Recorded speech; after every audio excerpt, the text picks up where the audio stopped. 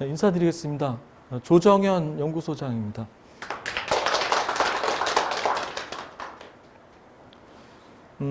먼저 그냥 저 개인적으로 제 히스토리를 좀 소개해드리면 한 30년간 하드웨어, 소프트웨어 제품 개발하고 서버 쪽 개발했던 경험을 기반으로 우리 이호진 회장님 통해서 IPFS를 접하게 돼서 지금 연구 개발을 하고 있습니다.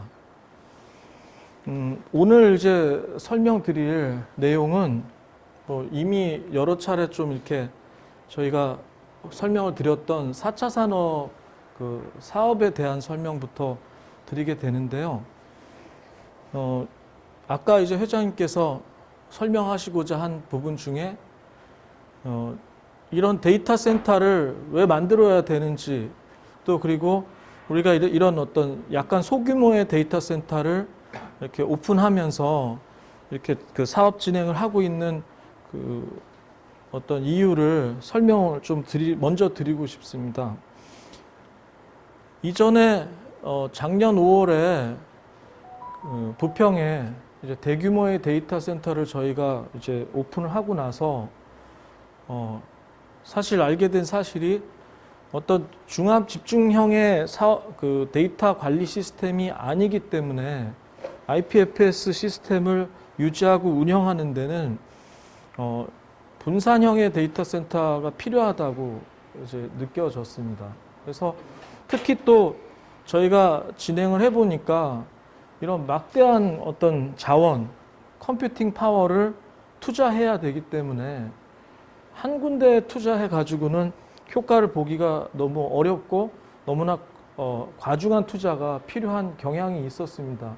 쉽게 설명드리면 부평의 전체를 채우는 데 있어서 투자하는 내용들, 장비들의 컴퓨팅 파워가 전체를 채우는데 너무나 어려운 부분들이 많이 생겼고, 그리고 네트워크도 너무 비대해지는 거죠. 점점 커져서. 그래서 저희가 지금 이제 그때부터 회장님이 아이디어를 가지시고 생각을 하신 게 바로 이 마이크로 데이터 센터였거든요.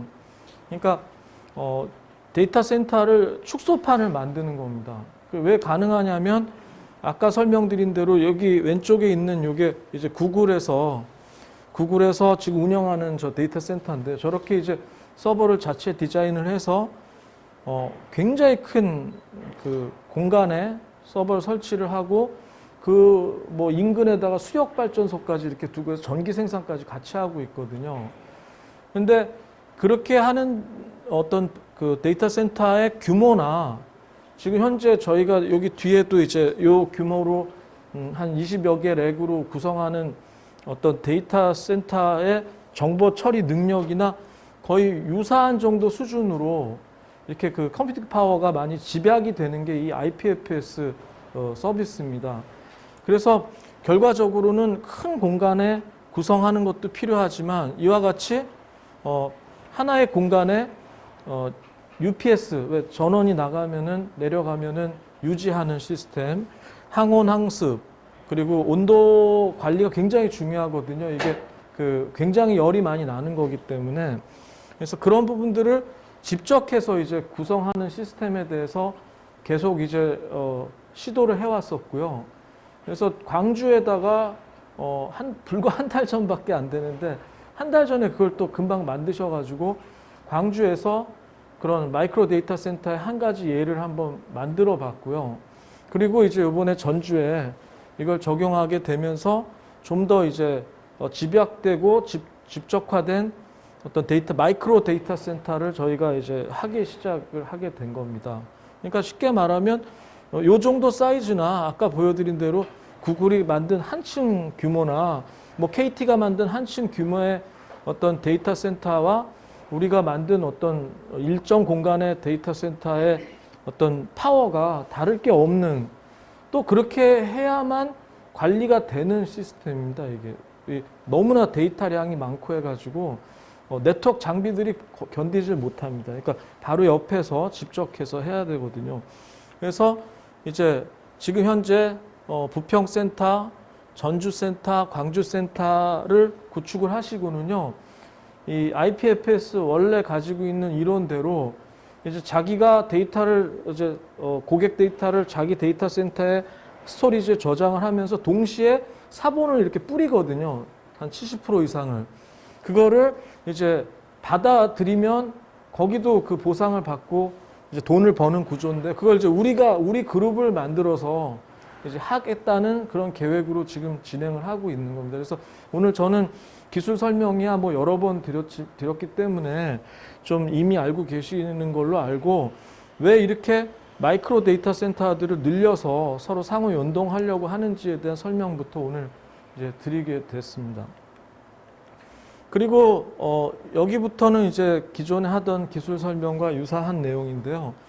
역시 이 4차 산업 비즈니스입니다. 그래서 과거에는 원재료를 가지고 많은 인력들이 많은 노력에 의해서 창출해내는 사업이라고 하면 이 사업은 엄청나게 많은 데이터를 초고성능의 장비를 구축을 하고 저장을 해줌으로써 자체적으로 수익이 계속 발생되게 만드는 그런 사업을 4차 산업이라고 말할 수 있고 그 핵심 사업이 이 빅데이터 사업인 거죠.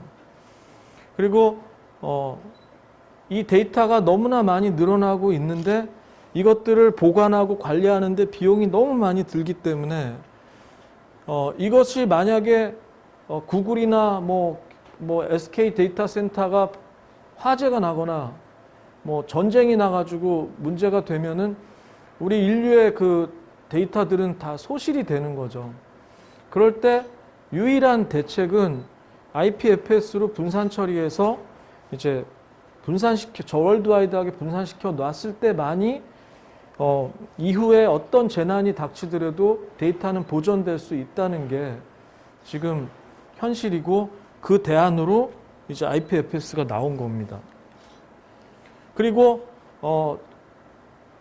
과거에 정권이나 어떤 정부에서 데이터를 선별적으로 검열하고 하는 과정, 그리고 특정 기업이나 정부가 그 데이터를 독점함으로써 그 가격을 결정하고 선별적으로 데이터들을 공급함으로써 인류를 지배하는 부분들을 원천적으로 막을 수 있죠.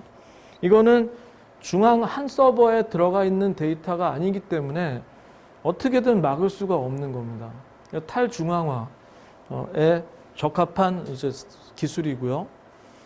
그리고 그러면 그렇게 분산해 놓으면 또 굉장히 느리지 않겠냐. 뭐 자료가 여러 군데니까.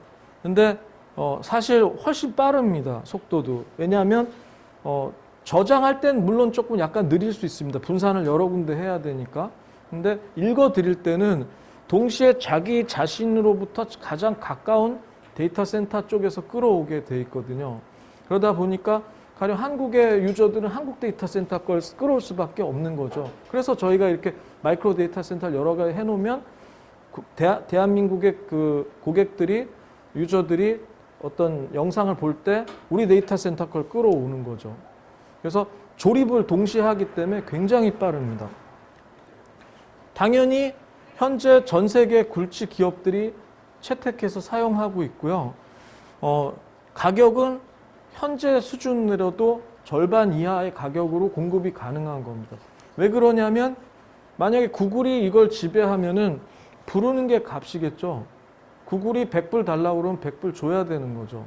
그렇지만 이것은 프로토콜 랩스가 만든 마켓 시스템에 의해서 전 세계에 퍼져 있는 데이터들을 객관적으로 거래에 의해서 사기 때문에 굉장히 저렴한 가격에 제공이 가능한 겁니다. 그래서 이것을 만든 사람이 여기 그 멕시코계인데요. 후안 베넷이라는 미국인입니다. 이분이 2013년에 사실 이거를 그 아이디어를 내가지고 랩에서 개발을 했고요. 2016년에 주창을 해서 전 세계적으로 굉장히 큰 반향을 일으킨 겁니다. 그러니까 데이터를 분산하는 서버 기술, 과거에도 있었지만 자기만의 그걸 유지하고 관리하는 서버 기술을 발표를 하게 된 거죠. 그래서 이분들이 초창기에는 오픈소스로 다 공유를 전 세계적으로 공유를 하면서 하다가 2017년에 거대한 투자사들이 이제 붙어서 이 사업에 어마어마한 투자를 하기 시작했습니다.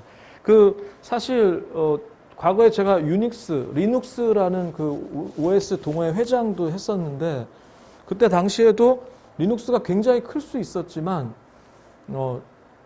지원하는 데가 없으니까 공짜니까 이제 안 크는 거죠. 누가 이제 문제가 생겨도 그걸 해결해 주지 않고.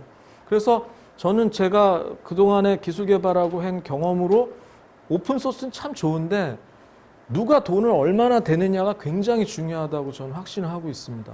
그런데 이거에 대한 기본적인 재원부터 이분들은 마련을 한 거죠. 그래서 세계적인 투자사들, 이 세콰이어 펀드 같은 경우는 쿠팡, 뭐 마켓컬리, 배달의 민족 다 투자한 회사거든요. 투자했다 하면 무조건 성공시키는 이런 회사들이 배경을 갖고 있고요. 그리고 이것을 유지하는 데 기발한 방법을 만들어낸 게 바로 파일코인이라는 겁니다. 그러니까 과거에도 분산 처리하는 기술로 서버를 구성하고 하는 거는 아주 많이 있었거든요.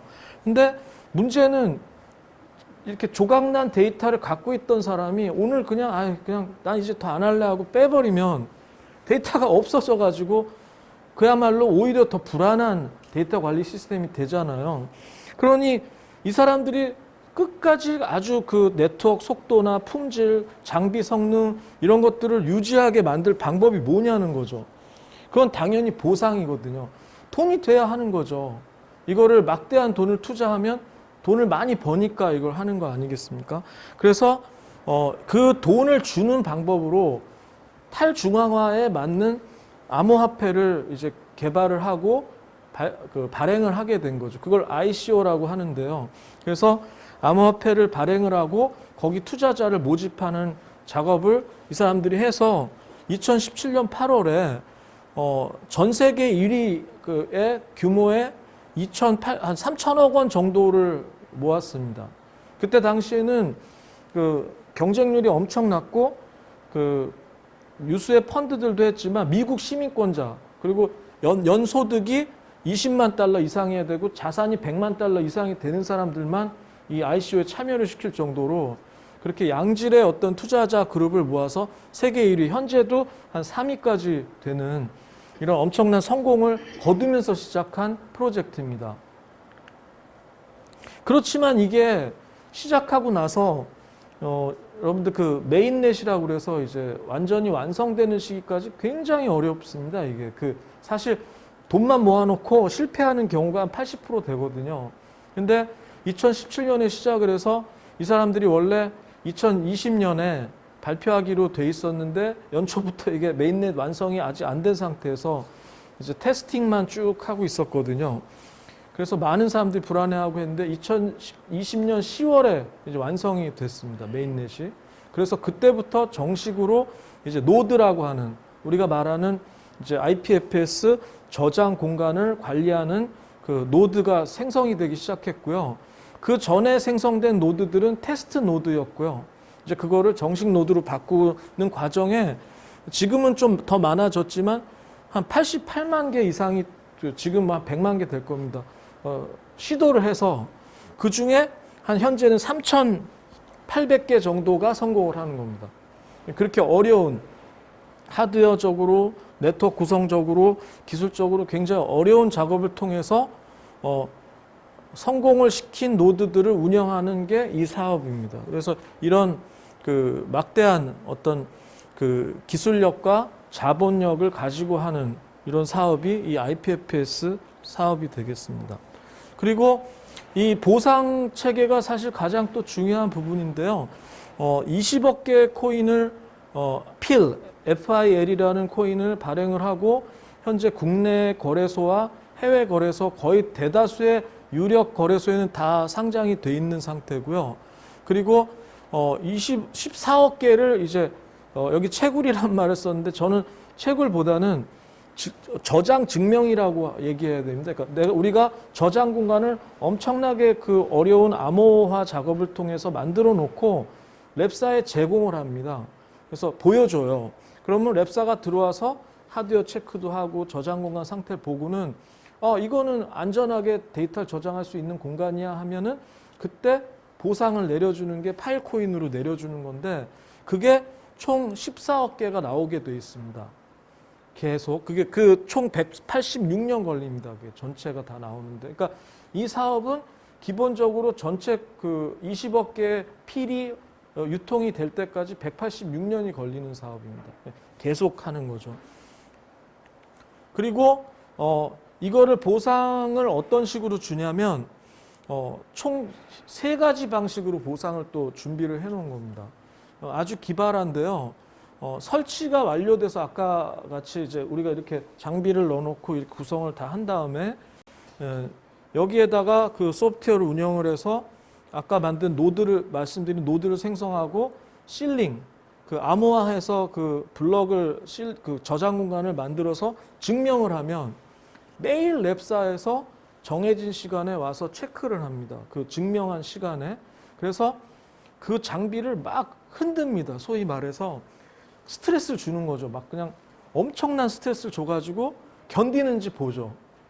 그래서 뭐 그냥 이거 하는 분들 용어로는 드드드 한다고 그래요. 그래서 그분이 오셨다. 그래서 뭐 12시에도 오시고 뭐 1시에도 오시고 그래요. 그래서 그 시간이면은 그분이 와가지고 막 장비를 흔들어서 그게 이제 건너가면은 살아남는 거죠. 살아남는다는 얘기는 저장 공간 확인해가지고 그대로 잘 있고 이러면은 이제 거기에 대한 보상을 주고, 만약에 그게 그대로 잘 있지 않고 통신이 느리거나 뭐 접속이 안 되거나 섹터가 좀 깨져 있으면 거기 미리 넣었던 파일 코인 담보라고 그러죠. 미리 저장소를 그렇게 만들기 위해서 넣은 코인을 태워버립니다. 소각을 시킨다는 거죠. 그래서 그 코인은 없어지는 거죠. 실제로 소각합니다. 회수하는 게 아닙니다. 그래서 이 기발하게 만든 거죠. 랩사에서, 프로토콜 랩사에서 전 세계 코인 양 중에 많은 부분은 소각에 의해서 또 조절을 하는 겁니다. 그리고 또 시장에 나온 코인들을 담보로 다시 넣고, 그래서 항상 그 유통되는 코인 수량을 줄임으로써 코인의 가격을 안 떨어뜨리는 그런 기발한 방법을 채택을 한 거죠. 막 찍어가지고 막 뿌리면 막 떨어지는 거죠. 근데 이것을 그래서 유지하는 사람들이 유지를 못하면 코인이 타버리기 때문에 너무나 무서워서 유지를 할 수밖에 없는 거죠. 저희도 뭐 우리 개발팀도 잠도 못 자고 밥도 못 먹고 드드드 하는 시간에는 정말 아무것도 못 합니다. 초기에는 더 그랬고, 지금은 이제 노하우가 많이 쌓였는데 초기에는 도대체 왜 떨어지는지 모르겠는 거죠. 이게 다 잘 돌아가는데 뭐 때문에 그런 건지. 또 지금은 그렇게 폴트 나서 이제 소각이 될 때 이제 우리가 산소호흡기로 살리죠. 막 그 문제가 된 섹터를 막 건드려 가지고 다시 살려내는 뭐 그런 기술까지 저희가 지금 많이 개발을 했고요. 그렇게 해서 블럭이 증명이 되면은 15% 정도의 그 보상을 줍니다. 그것도 엄청 커요. 그래서 사실 지금 전 세계 대다수의 이 파일코인, IPFS 사업을 하는 분들은 이 블록 보상을 받기 위해서 장비를 설치하고 계속 실링을 해나가고 있는 중이고요. 그리고 근데 이제 이 사람들이 이 빈 공간, 이 암호화된 거죠. 그 비트코인이 쓰는 SHA 프로토콜이라는 거 가지고 암호화를 하거든요. 굉장히 복잡한 수식을 걸어요. 근데 그걸 그렇게 왜 해놨냐? 거기다 안전하게 고객 데이터를 넣으려는 거죠. 그게 이제 저장 증명이라는 건데, 그 저장 증명을 통해서 고객의 데이터가 이런 식으로 들어가면, 여기 보시면 이제 이게 공간을 처음에 만드는 거예요. 이렇게 만들 때마다 이렇게 보상을 이렇게 주다가 실제 데이터, 고객의 데이터 들어가면은 10배 보상을 주는 거죠. 근데 그것을 현재 그냥 막 주는 게 아니라 그 데이터 캡이라는 그 공증인 제도를 통해서 관리를 하고 있습니다. 좀 복잡하니까 간단하게 설명드리면, 그러니까 아무나 그냥 만약에 그 자기가 저장 공간 해놓고 거기다가 이제 그 마켓에 들어와서 막 뭐 쓰레기 같은 데이터 막 넣으면서 돈 받아가면 어떡해요. 그런 부분들을 프로토콜 랩스에서는 다 막아놓은 거죠. 그래서 확인하고 전 세계 이 엄청난 노력과 비용과 시간을 들여서 만든 스토리지에다가 양질의 데이터를 넣기 위한 방식을 이제 지금 만들어 나가고 있죠. 그래서 이걸 통해서 10배 보상을 받게 돼 있어요. 그래도 그것도 15% 보상이에요. 그게 뭐 그렇게 큰 게 아닙니다. 큰 게 아닙니다. 15% 보상을 받고. 그러면 그 다음에 이제 저장이 다 돼 있는 상태면은 이제 그 데이터를 누가 볼 거 아닙니까? 뭐냐면 정확하게 말하면 넷플릭스예요. 넷플릭스 이미 IPFS 그 프로토콜 랩스하고 계약이 돼 있는데 넷플릭스가 우리가 보는 오징어 게임이라는 컨텐츠를 넣을 때 뭐 구글에 있는 스토리지에도 넣을 수도 있고 KT에도 넣을 수 있지만 뭐 우리 한국에서 빨리 땡겨 오려면 KT에다 넣는 게 유리하죠. 그렇지만 IPFS에 계약을 하는 거예요. 그러면 IPFS에서 이제 랩사에서 IPFS의 계약이 아니네. 프로토콜 랩스에서 자기네 마켓에서 이 양질의 스토리지들 리스트를 보고 결정을 하는 거죠. 여기 넣겠다. 그러면 거기에 저장된 데이터가 분산이 되는 거죠. 전 세계적으로. 그래서 저장돼 있는 거예요. 그러면 우리나라 사람이 만약에 넷플릭스 보게 되면 그중에 오징어 게임을 봤을 때 우리 부평센터 데이터를 끌어오는 거죠. 그러면 이제 그때 보상을 또 그때 주는 거예요. 이거는 그러니까 한 번으로 끝나는 게 아니라 저장 증명이야 한 번 저장시키면 10배 보상하고 끝나지만 이건 볼 때마다 보상을 받는 거죠. 그러니까 이 사업의 장점은 뭐냐면 구축하는 데 시간과 노력은 들지만 들고 나면 지속적으로 계속 할 수 있는 거죠. 이 검색 보상을 통해서 계속 보상이 나오는 이런 구조를 이분들이 만들어낸 겁니다. 그래서 이것을 만들기 위해서 프로토콜 랩스는 100여 명의 그러니까 엔지니어만 쓴 게 아니라 법률가, 변호사, 그 다음에 그 금융 전문가, 그 다음에 그런 경제학자 이런 사람들 동원해서 일종의 생태계를 꾸며내고 있는 거예요. 그리고 특이한 게 뭐냐면 모든 이 정보는 다 공개가 안 돼 있습니다. 그러니까 이걸 만드는 방식이나 방법들을 서로 경쟁하게 모든 사업자들 경쟁하게 해서 좋은 방법들이 나온 것들을 모아서 자기네들 그 엔진에다 반영을 하고 있습니다. 그래서 한 달에도 4번, 5번씩 업데이트가 돼요. 그러니까 저희 엔지니어들은 죽을 맛인데 왜냐하면 업데이트하면 이거 다 한 번씩 바꿔야 돼요.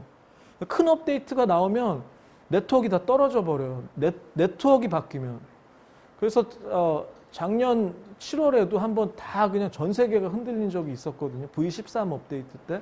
그래서 많은 노력이 필요한데 그런 것들을 체계적으로 계속 업데이트를 해주고 있고 현재 이미 현재 파일코인 그 IPFS 엔진 내에 이미 이런 부분들이 다 준비가 돼 있는 걸 저희가 볼 수가 있어요. 그 소스에는요. 근데 이제 적용은 하나하나 하고 있는 겁니다. 상용화를. 그래서 저희가 엔지니어 입장에서도 굉장히 신뢰를 좀 할 수 있는 그런 부분들이 많이 있고요. 그리고 이것은 우리만 쓰는 그런 개념도 아니고 프로토콜 랩스만 하는 게 아닙니다.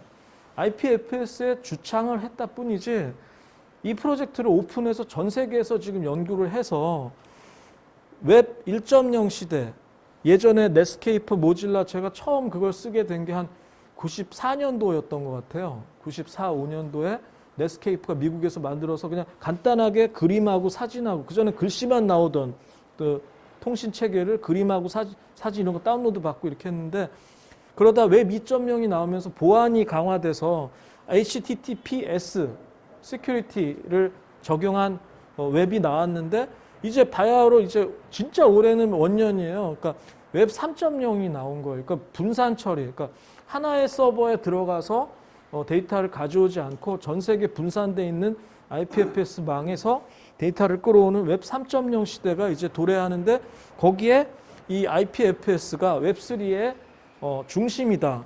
그거는 뭐 누구도 무시 못해요. IPFS와 파일코인이. 지금 웹 1.0에는 모질라, 야후 이런 게 넷스케이프 이런 게 주력이었다면 웹 2.0에는 구글 크롬. 웹 3.0에는 저기 보이시지만 파일코인 이미지하고 IPFS 있죠. 그래서 결과적으로는 이걸로 다 바뀌어요. 전 세계적으로.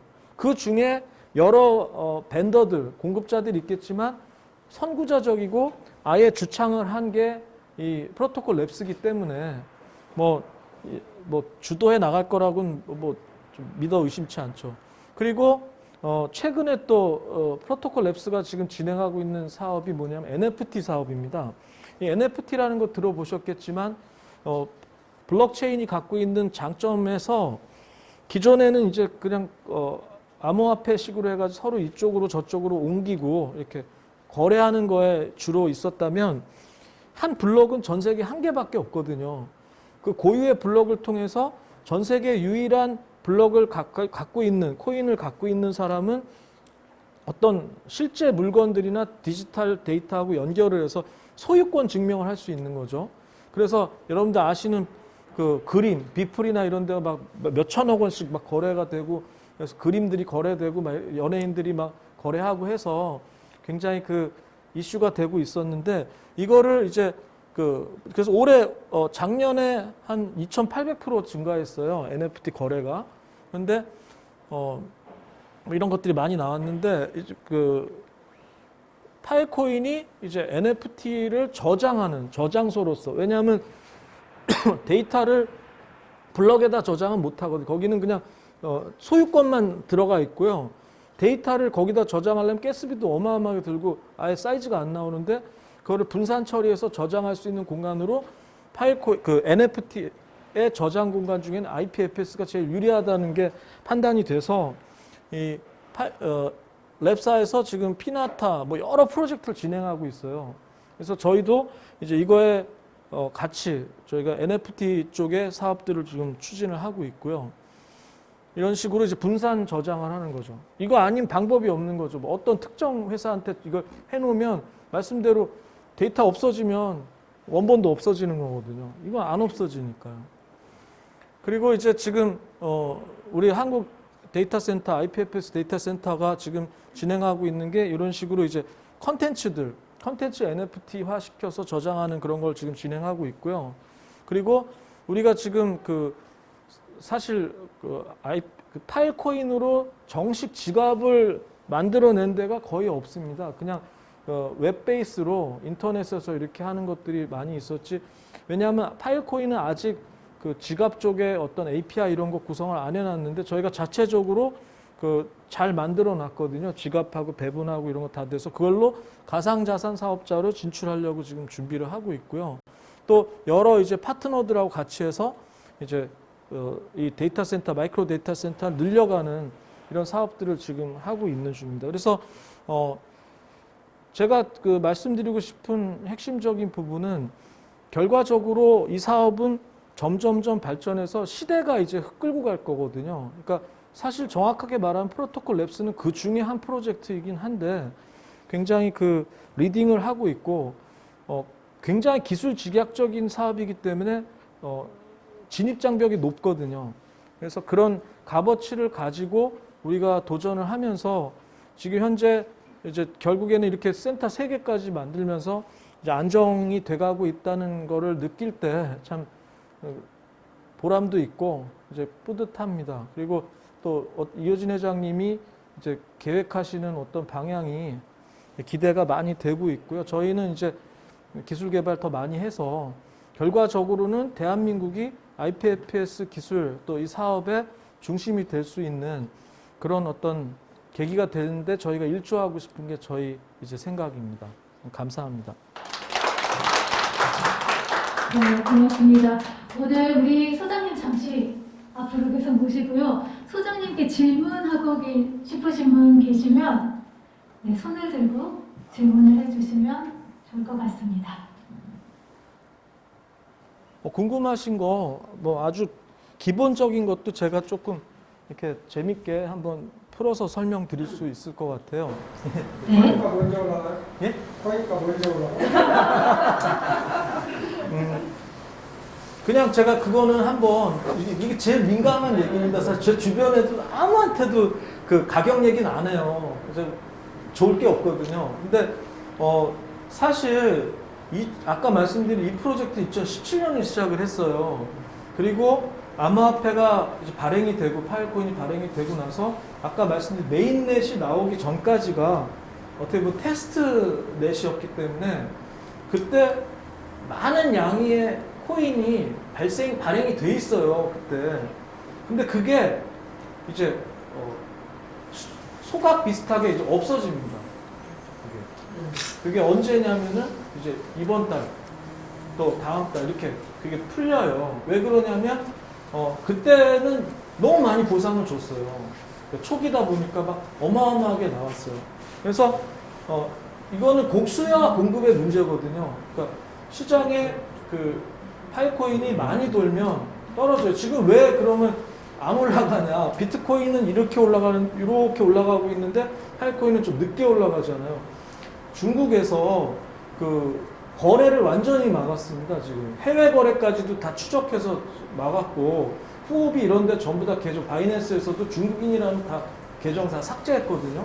그리고 채굴 이런 것들은 완전히 원천적으로 막아놨기 때문에 어마어마하게 많은 양을 갖고 있어요, 중국인들이 지금. 그래서 전 세계 지금까지 생성된 코인의 80%는 갖고 있어요. 그렇게 많이 갖고 있어요. 그러다 보니까 그럼 그게 그 사람들이 이제 빠져나가려고 던질 거 아닙니까? 근데 이제 굉장히 급격하게 지금 전 세계적으로 그 비트코인이 빠졌잖아요. 그러니까 비트코인의 그래프를 벗어날 수는 없어요. 초기에는. 근데 비트코인이 안정되면 파이코인 훨씬 올라가거든요. 왜냐하면 이거는 자체적인 이제 생태가 있으니까. 근데 그 전까지는 그 코인이 이동하고 있는 겁니다, 지금. 미국으로도 던지고. 주로 이제 미주 쪽하고 뭐 계속. 제가 아는 중국인들도 뭐 한 사람이 대부분 뭐 몇천 개씩 갖고 있어요. 그냥 테스트, 재미로 예전에 했다니까 이걸로. 그래가지고 동호회에서 형님 뭐 저 1000개만 주세요. 그러면 보내주고 그랬어요. 예전에. 그러던 시기가 있었어요. 근데 그런 것들이 이제 정리되는 과정이니까 결과적으로는 비트코인이 한 어느 정도 뭐 한 6천만 원 선이나 요 이후 안정이 되면 파이코인은 훨씬 더 상승할 거라고 저는 확신하고 있습니다. 하여튼 조심해야 될 얘기는 또 원성들이니까. 또 궁금하신 거 뭐 혹시 이게 제가 아까 실링에 대한 얘기 드렸잖아요. 그래서 사람들이 많이 오해를 많이 해요. 뭐냐면 실링을 왜 하는 거냐 도대체. 이거를 그냥 어마어마한 전기 요금에다가 장비 해가지고 이걸 해놓고 그걸 헛돈 쓰는 거 아니냐. 또 보상은 왜 주는 거냐. 이게 원론을 알아야 되거든요. 그러니까 아까 설명드린 대로 데이터를 아무데나 저장하면 아무나 가져갈 수 있어요. 해킹할 수 있고. 근데 이거는 애초부터 블록체인이 가진 그 암호화 기능을 기반으로 하고 있습니다. 그래서 그 숙제, 암호화 숙제를 풀어가지고 묶어내는 과정이 실링이거든요. 그게 완벽하게 묶여가지고 저장이 된 게 그 스토리지예요. 저장 공간이에요. 그 공간에 담는 거예요. 그 고객의 데이터를. 그러지 않으면 이게 분산되고 이렇게 해서 서로 연결 관계도 모르게 되고 그래서 그렇게 실링을 하고 있는 건데 그 유튜브 이런 데 잘 보시면 아주 이상한 엉터리 같은 정보들이 많은데 뭐 실링은 의미 없다. 뭐 데이터 캡만 얘기하고 뭐 또 다른 방식으로 뭐 보상을 받는다. 다 그건 말도 안 되는 얘기입니다. 이렇게 해서 이 사람들이 그거를 애초부터 준비를 해 놓은 거예요. 그리고 가스비는 언제까지 받아가는 거예요? 가스비의 원래 원리는 뭐냐면요. 그 트랜잭션 피라고 그래가지고 이제 이쪽 주소에서 이쪽 주소를 옮길 때 발생을 하게 그냥 자기들끼리 만든 그 규약입니다. 근데 그거는 계속 나오는 거고 그거는 암호화폐 종류 따라 다릅니다. 가스비가 그러니까 가령 클레이튼 같은 거는 클레이튼이 이제 카카오에서 이더리움 기반을 만든 건데 그거는 좀 낮습니다. 가스비 고정 가스비가 돼 있는 것들도 있고 그러니까 규약입니다 서로. 근데 파이코인은 현재 그 가스비 체계는 좀 이더리움하고 유사하기 때문에 근데 이더리움이 요번에 올해 말에 그 증명 방식 바꾸면서 가스비도 대폭 낮아지고 굉장히 빨라진다고 합니다. 그래서 그리고 이더리움 백플레인 그러니까 이더리움의 기반을 지금 그 IPFS로 바꿨어요. 거의 다 되고 있거든요. 그래서 이더리움과 파이코인, IPFS 관계가 굉장히 강화되기 때문에 아마 제 그냥 예상은 가스비 이슈는 아예 없어질 것 같습니다. 향후에는. 그동안은 좀 이상한 시기였죠. 뭐 이게 뭐 자동차 몰고 다니는 것도 아닌데 기름 걱정해야 되니까. 뭐 한가는 유튜브 들으니까 이제는 가스비 때문에 없어질 거라고. 이더리움의 방식이 바뀝니다. 이더리움의 채굴 방식과 증명, 그 보상 증명 방식이 바뀌어서 모든 블록체인 하는 사람들이 그걸 기다리고 있습니다. 그래서 대거 이더리움으로 오히려 갈아탈 겁니다. 이더리움이 없어지는 게 아니라 이더리움의 다음 세대가 나타납니다. 올해 다 거의 다 돼 있어요. 지금 현재 사실 저도 이제 블록체인 연구하는 사람으로서 그 비트코인은 그냥 처음 나와가지고 그 희소성의 이슈가 있지 기술적인 레벨은 좀 낮습니다. 근데 이더리움은 정말 잘 만들었어요. 그래서 이더리움이 그 또 굉장히 비탈린 부텔릭이 똑똑한 게 뭐냐면 다 공개를 해가지고 많은 아류작들을 생성시켜가지고 지금 그게 또 이 프로토콜 앱스랑 똑같아요. 그 자기들이 연구한 것들이 모여가지고 이더리움이 이제 바뀌고 있는 거거든요. 이제 올해 그걸 다 기대하기 때문에 아마 올해 이더리움이 그 다음 제너레이션이 나오면 이 암호화폐 시장도 많이 바뀔 겁니다. 우리는 이제 그 따라가는 거죠. 뭐 새로 나오면 맨날 공부해서 따라가는 게 우리 일입니다. 궁금하시나요? 그리고 이제 이거 여기에 투자를 하잖아요. 예, 예. 투자를 하면 이제 투자자가 계약을 하잖아요. 예. 6년으로. 예, 예. 그러면 내가 6년의 만료를 안 하고 계속 지속하고 싶다면 그냥 가는 거예요? 그 제가 사실 영업적이나 사업적인 건 제가 말씀 못 드리는데 기술적으로 말씀드리면 이게 되게 재밌습니다. 이 랩사의 어떤 정책이 그 기술적인 오픈해서 말씀드릴게요. 처음에 섹터를 만들잖아요. 그 담보 넣고 이제 실링이 돼가지고 섹터가 생성이 되면은 180일을 유지합니다. 유지하고 더 그러면 계속 보상받고 그 담보 두고 있을 거냐고 이제 그때 물어보진 않고 우리가 연장 신청을 할 수가 있습니다. 그게 1년 25주입니다. 1 year 25 weeks. 그래서 1년 25주 연장을 할 수가 있는. 그러면 그게 끝나면 그때까지는 이제 담보 회수가 안 되는 거죠. 그게 끝나고 또 물어봅니다. 또 할 수 있습니다. 그러니까 이거 연장 계속해서 아까 설명 186년 하려면 하는 거죠. 계속 계속 하는 연장하면 거죠. 연장하면 계속 하는 거고 회수 시점을 잡기 위해서 그러니까 이 사람들이 아마 180일 그러니까 해보고 좀 아니다 싶어서 빼는 사람은 180일 안에 결정을 하는 그런 구조로 만든 것 같습니다. 근데 사실 이거는 기술적인 얘기일 뿐이고 영업 정책이나 이런 거는 회사마다 다르고 정하는 거니까 그건 이제 회장님이 정하시는 대로 가야죠. 근데 일단 기술은 그렇습니다. 질문이 있습니다. 예. 네. 저희 한국데이터센터는 제가 알기로 이제 64기가로 되어 있는데 예. 다른 회사는 32기가잖아요. 예. 여기에 어떤 차이가 있는지 알고 싶습니다. 일단은 그 64기가, 32기가의 차이는 뭐냐면요. 한 섹터가 가진 크기입니다. 크기. 블럭의 크기. 그래서 한 번에 한 섹터가 우리는 생성될 때마다 64기가씩 증가를 하고 32기가짜리 섹터는 32기가짜리 증가를 하는 겁니다. 2기가씩. 그러면 초창기에 이 IPFS 초창기에는 64기가 실링은 없었습니다. 32기가. 왜 그랬냐면 장비가 그걸 할 수 있는 장비가 없었던 겁니다. 이게 제가 서두에 이제 말씀드렸지만 코어라고 하죠. 코어. 우리 저런 쓰시는 PC들 4코어입니다. 4코어. 그러니까 CPU 하나 안에 4개의 코어가 들어가서 돌아요. 뭐 2코어짜리도 많아요. 우리는 몇 코어냐면 128코어예요. 128코어 작년에 나왔어요. 그냥 쉽게 설명드리면. 그러니까 그전에는 64코어가 맥시멈이었고 뭐 가격이 뭐 CPU 하나에 막 몇 천만 원씩 돼요. 그래서 그러면 뭐 16코어 그전에 16코어였겠죠. 몇 년 전. 막 1년마다 막 2배씩 올라가니까 16코어로 처리할 수 있는 한계가 그때 당시 32기가밖에 안 됐던 겁니다. 그러다가 이제 코어 수가 늘어나고 장비의 이게 블럭이 커지면요. 동맥경화 아시죠? 네트워크도 커져야 돼요. 이게 저희도 처음에는 이 세상에 나와 있는 이런 광 케이블로 해서 그 네트워킹 하는 것들이 한계가 있거든요. 우리 집에 뭐 기가비트 네트워크라고 그러죠. 기가비트요. 우리는 다 기본이 10기가씩 구성이 되어 있고요. 기계와 기계끼리는 40기가씩 들어가 있습니다. 그래도 모자라요. 이게 64가 크니까 덩어리가. 그래서 덩어리가 크려면 장비도 그 강력해야 되고 이 회선도 강력해야 되고 관리도 어렵습니다. 이게 너무 이제 데이터가 크니까 하드하기 때문에 이제 하령 긴급 상황이 나와서 안에 섹터를 옮겨야 되면 카피하는데도 32기가짜리 옮기면 한 3시간 걸리면 이건 6시간 걸려버리고 그러는 거예요.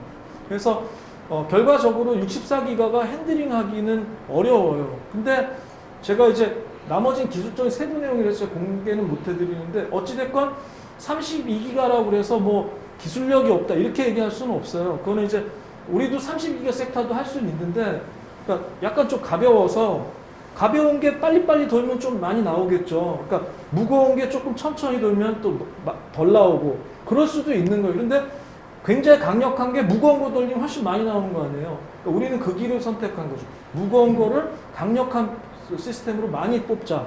그래서 그렇게 해서 지금 저희는 그냥 다 우린 64기가 하기로 회장님이랑 결정을 했습니다. 32기가는 안 해요. 네, 그리고 한 가지만 더 여쭤보고 예, 예. 싶습니다. 네. 저희들 이제 저장과 검색을 기다리고 있는데요. 예, 예. 저장 검색은 그 진행이 어떻게 되고 있는지. 예, 아까 잠깐 설명드린 대로 저희가 이제 그 프로토콜 랩스가 계속 업데이트를 해주고 있거든요. 그 메인 엔진을. 그러면 우리는 어떤 방식으로 하냐면 그 랩사의 사이트에 들어가서 다운을 받습니다. 쉽게 설명드리면. 그래서 그거를 컴파일해서 우리 시스템에 적용을 해서 테스트를 해봅니다. 다 테스트를 해가지고 이게 도는지 또 설정 방식도 달라지고 막 하거든요. 그러면 그 안에 그 소스가 보입니다. 소스가 보이는데 그 안에 이미 작년 초부터가 그 저장 검색에 대한 부분하고 마켓, D라는 거요. 파는 거하고 검색 부분이 있었습니다. 그 전부터. 그래서 이미 그게 이제 적용이 되고 있었고요. 그런데 상용화는 지금 아까 잠깐 설명드린 대로 파일코인 플러스라는 데에서 데이터 캡이라는 거를 이제 나눠주면서 공증인이라는 관리자가 조금씩 이제 지금 테스트를 해보고 있는 상태입니다. 그래서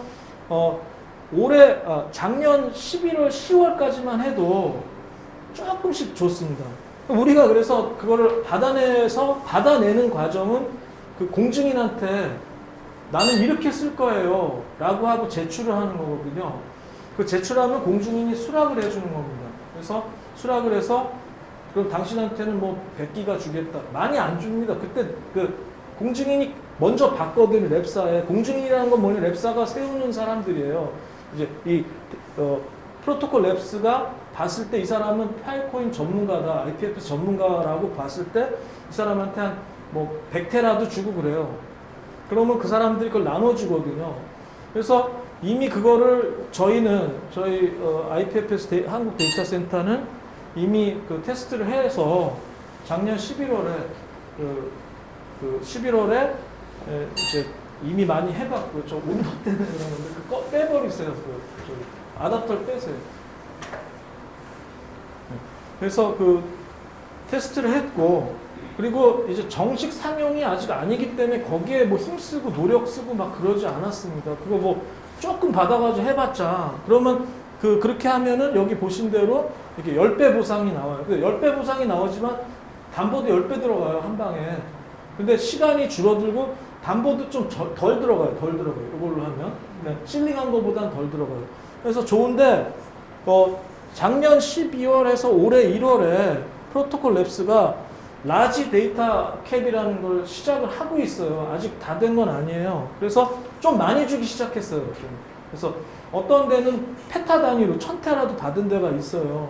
그런데 이거는 굉장히 많은 노력을 통해서 그쪽에서 프로포즈 해가지고 받아내야 되고 받아낸 거 만약에 내가 1000테라를 받았으면 그거를 저장 공간에 맞춰서 데이터를 팔아야 돼요.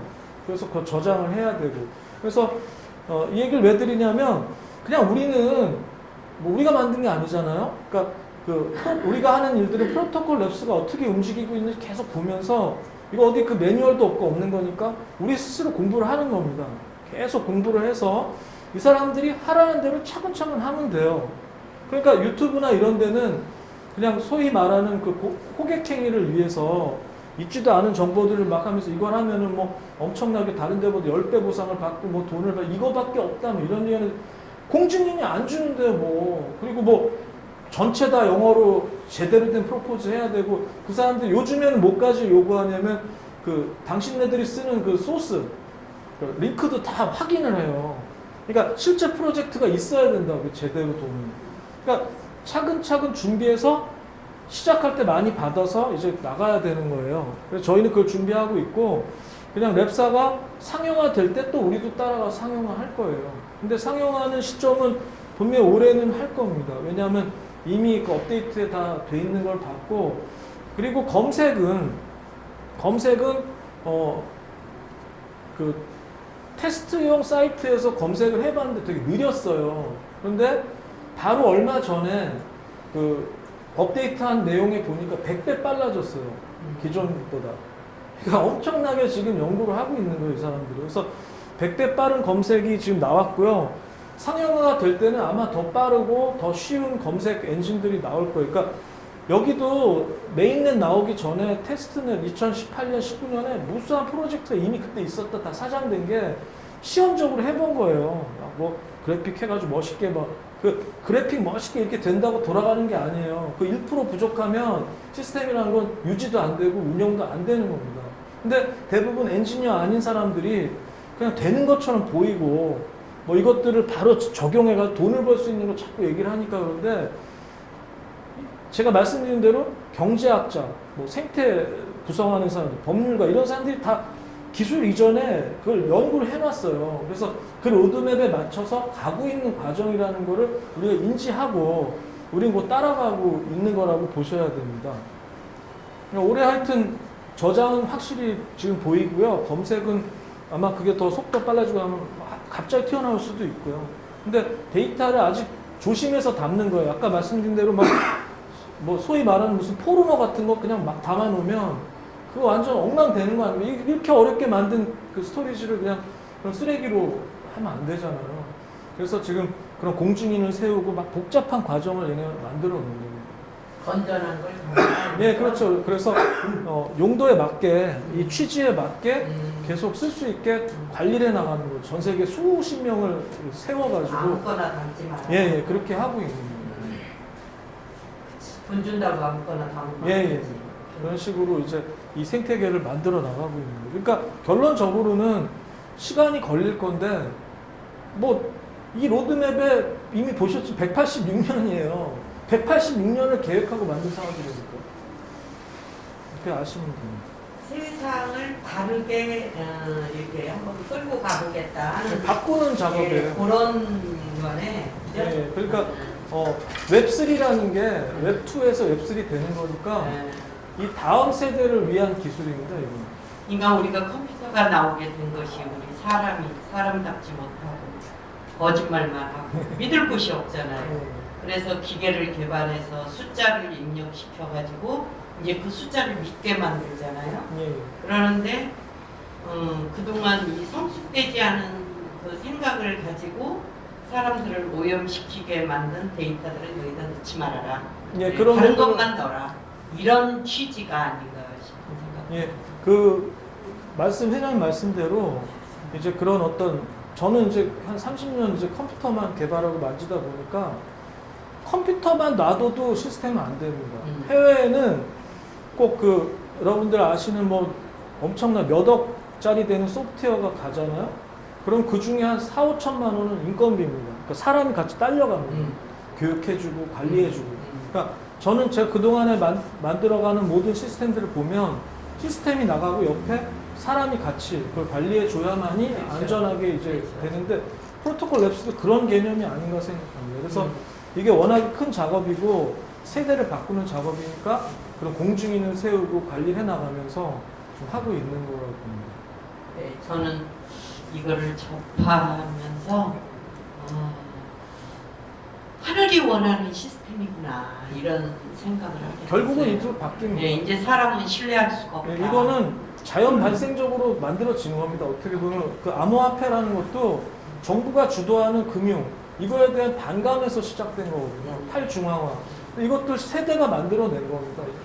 정보를 독점하지 말고 분산하자는 거거든요. 그런 취지에 맞춰서 발전될 겁니다. 우리 대한민국을 위해서 예, 맞습니다. 우리 대한민국 국민들이 모범이 돼야지 세계인 앞에. 예, 네, 맞습니다. 알겠습니다. 또 뭐 다른 거 궁금하신 거 있으신가요? 그럼 뭐 이상으로 이제 마치겠습니다. 감사합니다.